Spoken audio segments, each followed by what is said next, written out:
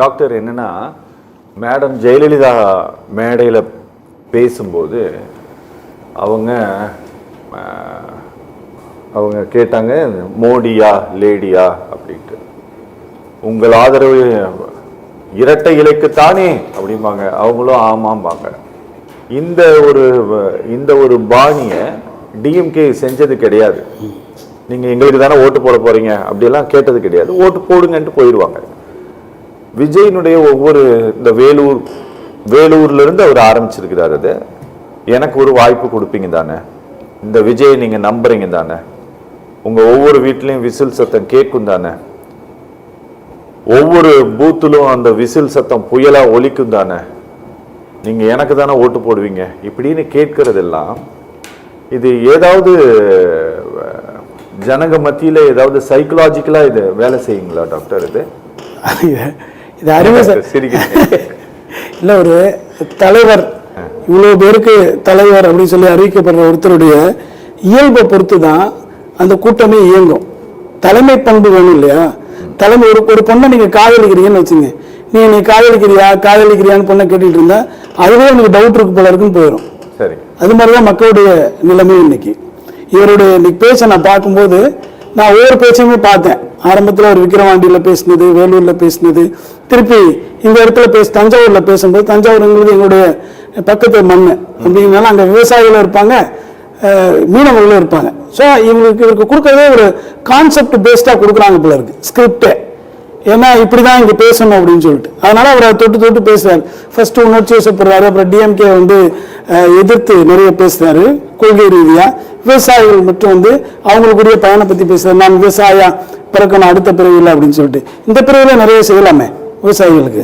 இது வரைக்கும் அவருடைய 30 வருஷ சினிமா வாழ்க்கையில விவசாயிகளுக்கு என்ன செஞ்சாரு தெரியல எனக்கு. இது வரைக்கும் அந்த எவிடன்ஸ் படிச்சு பார்த்து ஒண்ணுமே இல்லை.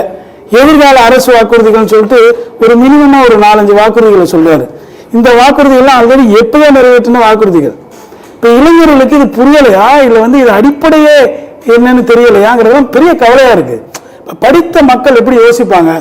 இப்ப நான் ஒரு தலைவராக ஒருத்தர் ஏத்துக்கணும் அப்படின்னா அவருக்கு என்னை விட ஒரு பிராட் மைண்ட் இருக்கணும், என்னை விட சிந்தனைகள் இருக்கணும், கொள்கை காரணங்கள் இருக்கணும், இந்த நாட்டை எப்படி மாற்ற போறேங்கிற ஒரு அடிப்படை அறிவு இருக்கணும்.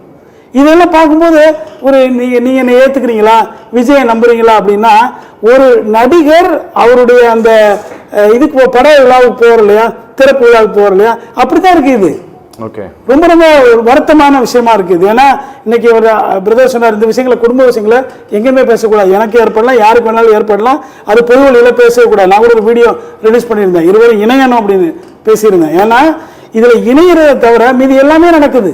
ஓகே டாக்டர், இன்னைக்கு நீங்க இந்த அக்ரிகல்ச்சர் ரிலேட்டடா நீங்க எந்த ஒன்றியத்துல எந்த கிராமத்துல யார் அந்த உரக்கடை வச்சிருக்கிறாங்க, அவங்க கிட்ட என்ன உரம் இருக்கு அப்படிங்கிறது இன்னைக்கு டிஜிட்டல்ல ஆன்லைன்ல இன்னைக்கு நீங்க பாத்திர முடியும். இன்னைக்கு எங்கேயும் பற்றாக்குறை வேண்டுமானால் ஏற்படுமே தவிர உரத்தினுடைய பதுக்கல் அப்படிங்கிறது இன்னைக்கு இந்தியால எங்கேயுமே கிடையாது. ஆனா உரம் பதுக்கப்படுகிறது அப்படின்னு பேசுறாரு.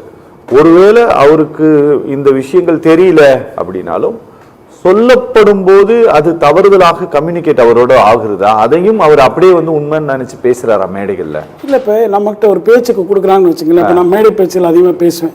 நம்ம ஸ்கிரிப்டை ரெடி பண்ணி கொடுக்கறதுக்கு நண்பர்கள் இருப்பாங்க, அல்லது நம்ம உதவியாளர்கள் இருப்பாங்க. அவங்க கொடுக்கும்போது நம்ம நல்லா படிச்சு பார்த்தா தானே அதுக்கப்புறம் பேச முடியும். புரியுது. என்னப்பா இது பழைய விஷயத்தை எனக்கு கொடுத்துருக்க நம்ம கேட்க மாட்டோமா? எனக்கு ஆச்சரியமா இருக்கு, இந்தியாவுக்கு சுதந்திரம் கிடைச்சிச்சாங்கிற மாதிரி இருக்கு பேச்செல்லாம். ஏன்னா இங்க எவ்வளவு முன்னேற்றங்கள் இருக்கு. அவர் தான் போன தடவை சொன்னாரு எவ்வளவு மாற்றங்கள் வந்துருச்சு, திமுக என்ன அதை பத்தி யோசிக்க மாட்டேங்குதுன்னு சொன்னாரு. இவர் பேசுற பேச்செல்லாம் பாத்தீங்கன்னா ரொம்ப பக்கத்து நாட்டுக்கும் மீனவர்களை பத்தி பேசும்போது சொல்றாரு, மீனவர்களுக்குரிய விஷயத்தை ஒரு எக்ஸிகியூஷன் ப்ராப்பரா இல்ல, ஒரு பிளான் பண்ணி எந்த இடத்துல சொல்லணுமோ திட்டங்கள் அப்பதான் நிறைவேற்ற முடியும். இதுல எவ்வளவு விஷயங்கள் இருக்கு. ஸ்ரீலங்காங்கிறது ஒரு பக்கத்து கண்ட்ரி. நம்ம இந்தியாவுக்குள்ள ஃபிஷரிஸ் மேனேஜ்மெண்ட் டிபார்ட்மெண்ட்ஸ் இந்தியாவுக்கு இருக்கு, தமிழ்நாட்டுக்கு இருக்கு, எவ்வளவோ விஷயங்கள் டிபார்ட்மெண்ட்ஸ் இருக்கு. இவ்வளவும் சேர்ந்து 2 நாடும் சேர்ந்து சுமூகமா எடுத்தாதான் அந்த முடிவே எடுக்க முடியும். இதுக்கான முயற்சிகள் எத்தனை வருஷமா எடுத்துட்டு இருக்காங்கிறது நீங்க சாதாரண இதுல நெட்ல போய் பார்த்தாலே தெரியும். இப்படி ஒவ்வொரு விஷயமே ரொம்ப ஆச்சரியமா இருக்கு. இதெல்லாம் இளைஞர்கள் மத்தியில் போய் சேர்க்க வேண்டிய விஷயங்கள் என்ன அப்படின்னா, இன்றைக்கு நமக்கு பல முன்னேற்றங்கள் நடந்து தமிழ்நாடு வந்து ஜிடிபி ரேட்ல 11.9% இருக்கு, 1.19% இருக்கு. பல அவர் சொல்றாரு வந்து தமிழ்நாடு வந்து கடன் வாங்கிட்டு இருக்கு அப்படின்னு சொல்லிட்டு. கடன் வந்து கிட்டத்தட்ட 10 லட்சம் கோடி வாங்கியிருக்குன்னு வச்சுக்கோங்க. 9,50,000 கோடி வாங்கியிருக்கு, 10 லட்சம் கோடி வாங்கியிருக்கு. நம்முடைய ஜிடிபி ரேட் வந்து 11.19 இருக்கு. இப்போ பக்கத்தில் ஒரு கம்பேரிசனுக்கு வச்சுக்கோமே, கேரளா வந்து 4.5 to 5 lakhs வந்து இது கடன் வாங்கியிருக்கு அப்படின்னு வச்சுக்கோ. எல்லா மாவட்டமுமே எல்லா மாநிலங்களுமே வாங்கியிருக்கு. அது வந்து ஒவ்வொரு மாநிலங்களும் குறைந்த அளவில் வாங்கியிருக்கு. ஏன் அதை வாங்கியிருக்கு அப்படிங்கிறதுக்கு ஒரு காரணம் இருக்குல்ல. தமிழ்நாட்டில் பல சமுதாய நிகழ்வுகள் நடந்து கொண்டிருக்கிறது, எஜுகேஷன்லையா இருக்கட்டும் அல்லது வந்து சோசியல் ரெஸ்பான்சிபிலிட்டியா இருக்கட்டும். இதெல்லாம் நடந்து நம்ம அதையெல்லாம் கட்டக்கூடிய ஒரு நிலைமையில இருக்கும். அப்ப நான் 50 லட்ச ரூபா சம்பாதிக்கிறேன் மாசம், நான் 2 கோடி ரூபாய் வாங்கினா கட்டிட மாட்டேனா? இது ஒரு சாதாரண ஒரு விஷயம். இதுல வந்து கடன் சொல்லிக்கிட்டே இருக்கிறதுல எந்த வித நியாயம் இல்லை. நான் என்ன சொல்ல வரேன்னா, ஒரு விஷயத்தை நம்ம எடுத்து பேச பொழுது அவருடைய ரூட் காஸ் என்ன, அவருடைய அடிப்படை என்ன, வேற என்னங்கிறது இளைஞர்கள் மத்தியில சொல்லப்படணும். இளைஞர்கள் மத்தியில என்ன கேட்கிறாரு, மேலோட்டமாக ஒரு பெரிய வாய்ப்பு தன்னை வந்து நிறைய ரசிகர்கள் அளவில்லாமல் நம்புகிறார்கள், பின்தொடர்ந்து வருகிறார்கள் அப்படின்னா அவங்க கிட்ட பேசும்போது இன்னும் கூட கொஞ்சம் டீடைல்டா இவர் பேச வேண்டியது அவசியம்னு நினைக்கிறேன். டிஃபைன்டா பேச வேணாமா? இப்ப நம்ம வந்து சாதாரண மருத்துவமனையில ஒருத்தர் பேசும்போதுமே, அதுல வந்து ஒரு பேஷண்ட்டை பேசும்போதுமே அவங்கள பத்தியான இன் டீடைல் சொன்னாதானே உங்களுக்கு நம்பிக்கையா ஏற்படும். புரியுது. படித்த மக்கள் எப்படி நான் பாட்டுக்கு ஏதோ உனக்கு டிசீஸ் இருக்கு நீ அப்படி எதை வச்சு டாக்டர் சொல்றீங்க அப்படின்னா அப்படிதான் உனக்கு இருக்கும் அப்படின்னா எப்படி அது? அவர் என்ன சொல்லுவார், இந்த டாக்டருக்கு ஒண்ணுமே தெரியலன்னு நினைப்பார். அது மாதிரிதான் இருக்கு. ஓகே, ஒரு புது படம் வரும்போதும் கூட விஜயினுடைய ரசிகர்கள் அந்த ஒரு சின்ன ஒரு போட்டோ மட்டும் ஒன்று ரிலீஸ் பண்ணாங்க. அதுக்கு பேர் என்ன சார்? போட்டோ மட்டும் பண்றதுக்கு கார்டு, ஒரு ஃபர்ஸ்ட் லுக் பிக்சர். இந்த ஃபர்ஸ்ட் லுக் பிக்சர் ரிலீஸ் பண்ணா கூட இன்ஸ்டாகிராம் எல்லாம் பறக்கும்னு வச்சுக்கோங்களேன். அவங்க எவ்வளோ சோசியல் மீடியாவில் ப்ரமோட் பண்ணா கூட படம் கடைசியில் சக்ஸஸ் ஆகாமல் போயிடுது. அவருடைய சமீபத்திய படங்களில் நம்ம அதெல்லாம் பார்த்தோம்னா அதில் நமக்கு தெரியுது, விஜய்க்கும் அஜித் ரசிகர்களுக்கும் பயங்கர சண்டை நடக்கும்.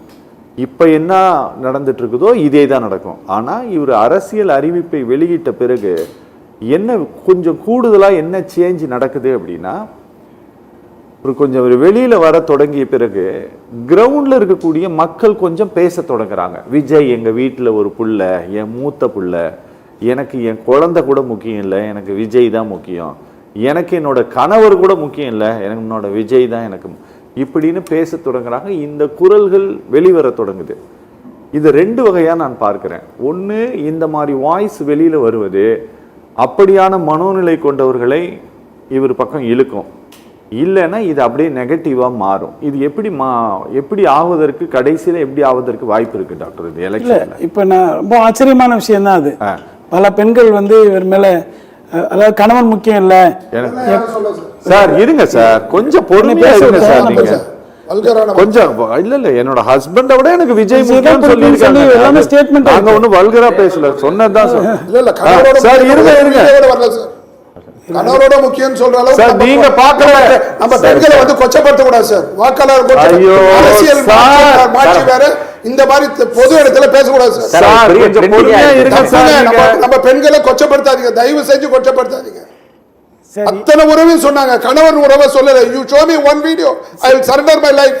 சார் இங்கேயே வந்து கிரேட் எக்ஸாம்பிளா சார் இருக்கிறார். ஆமா, ஏன்னா யாரையும் பேச விட மாட்டேங்கிறாரு, எந்த ஒப்பீனியனும் கேட்க மாட்டேங்கிறாரு. 4 நிமிஷம் இங்கே சமூக நீதி இல்ல சார், 3 நிமிஷம் 4 நிமிஷம் பேசிட்டீங்களா? உங்ககிட்ட தான் நான் முதல்ல வந்தேன், நீங்க ஒரு பேசுறதுக்கு அப்புறம் கொஞ்சம் பொறுமையா இருங்க, முடிச்சோன்னு உங்ககிட்ட தான் வரப்போறேன் சார். இவங்களுடைய மனநிலையை பார்க்கும்போது மிகப்பெரிய கவலையா இருக்கு என்ன மாதிரி ஆட்களுக்கு. ஏன்னா இவங்களுடைய ஒரு ஸ்டேட்மெண்ட்டுமே, ஏன்னா என்ன சொன்னாலும் அவர் கோச்சுக்கிறாரு, அதனால அதை மறைச்சு சொல்றேன் நான். ஏன்னா குழந்தைகளை விட எங்களுக்கு முக்கியம், இல்லை எங்களுடைய வாழ்க்கையை விட முக்கியம் அப்படிங்கும்போது சொல்லும்போது இது வந்து ஒரு பெரிய தவறான முன்னுதாரணம் ஏற்படுத்தும். ஒரு தலைவரை பிடிக்கிறது அவர் கொள்கை தான் காரணமா இருக்கணும். இது கொள்கையோட நிற்பார். இப்ப பல விஷயங்களை நான் அவர் பார்க்கும்போது ரொம்ப ஆச்சரியப்படுறேன். எப்படின்னா அவருடைய படத்துக்காக அவர் பேசல, எல்லா ஊரே பேசுச்சு, பெரிய பெரிய தலைவர்கள்லாம் பேசினதையும் அவர் வந்து தரக்குறைவா பேசுறாரு. ஆமா, அந்த மேடையில வந்து சொல்றாரு, முதலமைச்சருக்கு நான் நன்றி தெரிவிச்சுக்கிறேன், அவர் அப்படி பேசினாரு அப்படின்னு சொல்றாரு. இதை வந்து உண்மையில நான் வன்மையா கண்டிக்கிறேன். தமிழ்நாட்டினுடைய முதலமைச்சர் இந்த ஜனநாயகன் படத்திற்கு ஆதரவாக ஒரு பதிவிட்ட அந்த ட்விட்டர் பதிவுக்காக நான் வன்மையா கண்டிக்கிறேன். ஏன்னா ஒரு அரசாங்கம் அதை செஞ்சிருக்க கூடாது, அவர் செஞ்சாரு. இல்ல சார், நீங்க ஒரு பெரிய மாற்றுத் தலைவரா அவரை கொண்டு வர பாக்குறாங்க, சரியா? இளைஞர்கள் மத்தியில ஒரு மாற்றுத் தலைவரை கொண்டு வர்றதுக்கு அவர்கிட்ட என்னென்ன எபிலிட்டி இருக்குன்னு நான் பார்ப்போம்ல. இப்போ அவர் அண்ணன் சொன்ன மாதிரி, சத்யராஜன் சொன்ன மாதிரி அந்த வாய்ப்பை நம்ம தலைவராக ஏற்படுத்திக்கோம் அப்படின்னா, இவ்வளோ எபிலிட்டி இருக்கு அவருக்கு, இவ்வளோ கேப்பபிலிட்டி இருக்கு. ஏன்னா நம்ம மூவியில் பார்க்குறோம்ல, மூவியில் அவர் பேட்டியெல்லாம் கொடுக்குறாரு. ஒரு படத்தில் பெப்சிக்கு இப்படி இருக்கு அப்படி இருக்கு பல பல பேட்டியை கொடுக்கும்போது இவர் திரையை விட்டுட்டு இறங்கி வந்தான்னா எப்படி இருக்குன்னு பார்த்தா ஒரு பேட்டி கூட கொடுக்க மாட்டேங்கிறாரு. ஓகே. ஏன்னா எந்த வித விமர்சனங்களையும் அவர் எதிர்கொள்ள மாட்டேங்கிறாரு. ஓகே. அவருடைய தனிப்பட்ட விஷயங்கள் வரும்போது கூட வெளியில இப்படி நடந்துட்டு இருக்கு, இது என்னுடைய தனிப்பட்ட விஷயம், நான் பார்த்துக்கிறேன்னு சொல்றது கூட அவருக்கு முடியல. அவருடைய படம் ரிலீஸ் கோடிக்கணக்கில் போட்டு படம் ரிலீஸ் பண்ணியிருக்கிறாங்க, அது கூட ரிலீஸ் தடுத்து நிறுத்தப்பட்டிருக்கு, அதுக்கு அவர் குரல் கொடுக்கல.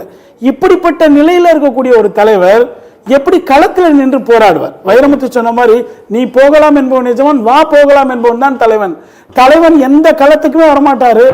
அங்க பல நிகழ்வுகள் ஏற்படும் போது தைரியமா நின்று அதை எதிர்கொள்ள மாட்டார்னா வருங்கால இளைஞர் சமுதாயம் என்ன எதை நோக்கி போயிட்டு இருக்கிற கவலை எங்களுக்கு இருக்கு. அதான் உங்களை நம்பிதான்ப்பா வந்திருக்கிறேன், ஓட்டு போட்டுருவீங்கன்னு தான் அவர் கேட்கிறாரு. அப்படிதான் கேட்கிறாரு.